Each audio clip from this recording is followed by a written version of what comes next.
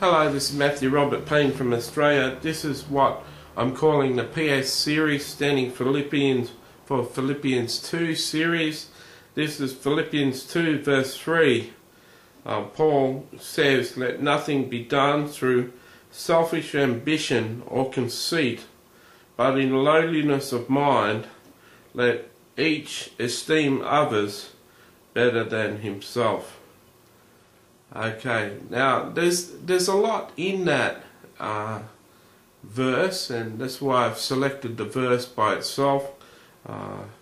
So this is going to be called "Esteem Others Better," and that's not everything that's included in here, but at least it's got a little bit of it included. I can't fit all of what is said here in the title of the YouTube video. So, let nothing be done through selfish ambition. How much is done on this earth through the ambition of people? Personal ambitions are so much part of what everyone does. But Paul says, let nothing be done through selfish ambition. In other words, if the verse before, "Be like-minded, have the same love, being of one accord and one mind," if you're acting as a church in one mind, people shouldn't be acting as individuals with selfish ambition. If you're moving in one accord and being like-minded, and you have one mind, you shouldn't be doing anything through selfish ambition. Now, you may be a church that haven't got a big youth presence, and there's another church that's very popular that's putting on pizza nights and roller skating nights and ice skating rink nights, and you may adopt a similar principle and go out hunting for people to come and join your youth program at your church. Going out in competition isn't of being one kind. You know, a good thing may be bringing some of your youth to their youth group. It's hard.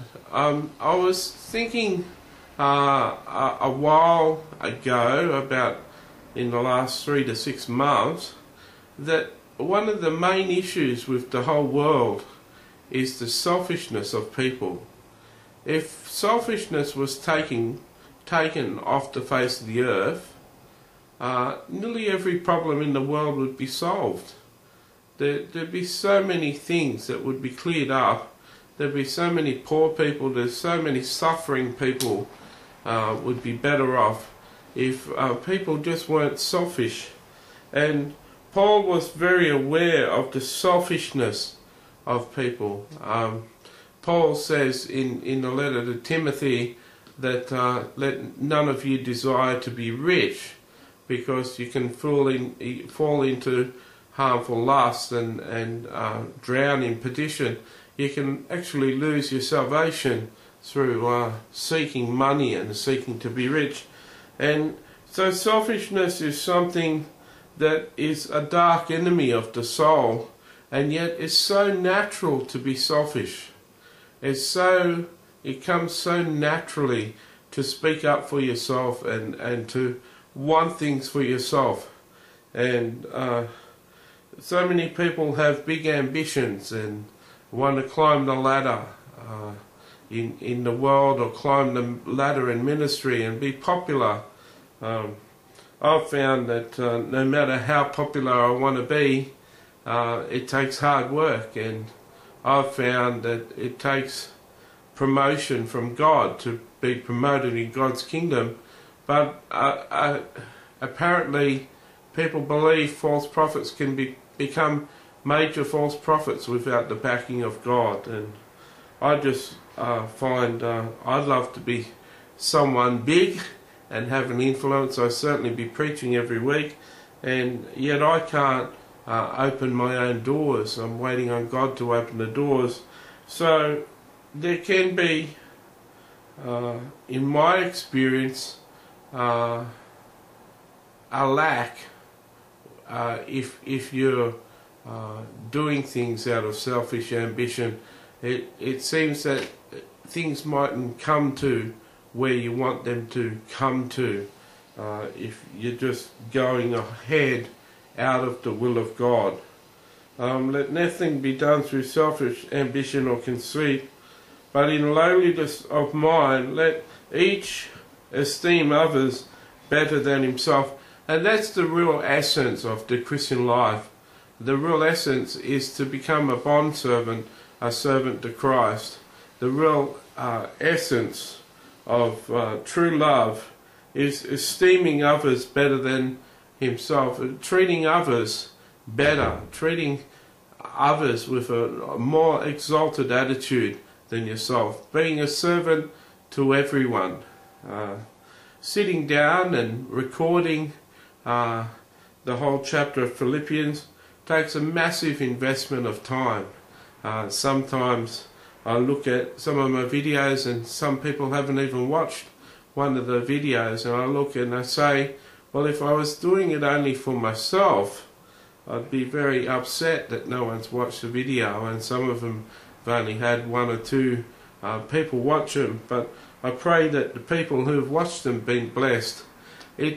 To serve in this world, to serve successfully in ministry in this world, you've got to put the needs of others above yourself. I certainly wouldn't be motivated in just to be popular, just to make a name for myself. I certainly wouldn't go through all the effort it takes to compress a file and upload a file onto YouTube if my only motive was to promote myself. I think that God has given me a good understanding of Scripture, and I find that I process Scripture and understand Scripture more completely when I'm teaching it. And so I find that there's a dual benefit there, that as I teach it, people can understand it, and I'm getting good feedback that people are enjoying my messages. And essentially we've got to give. We've got to give of our time and our effort to serve other people. And Paul, as an apostle, he was powerful and mighty and did big things, but he was also shipwrecked and homeless and starving and shivering in the cold and beaten and whipped and copped a lot of abuse to do the gospel. If he was doing it to have a luxury car and nice clothes and stuff, he would have never been homeless or stuck in the rain or without money or for food. If he was just after the money, he would have collected money, but he was a tent builder and he used to finance his own ministry.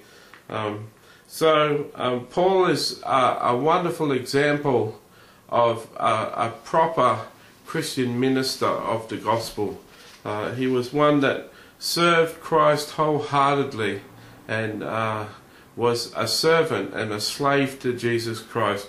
He understood what it is to be a slave to Jesus Christ.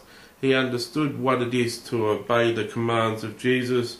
He understood what it is to put Jesus first and to love God with all your heart and mind and love your neighbour as yourself. Essentially, esteeming others better than yourself is loving your neighbour just as you love God.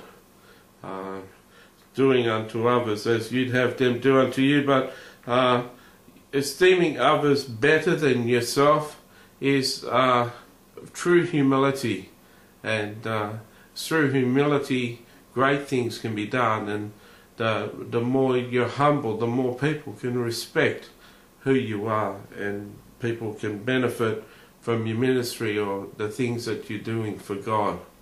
I'll see you in the rest of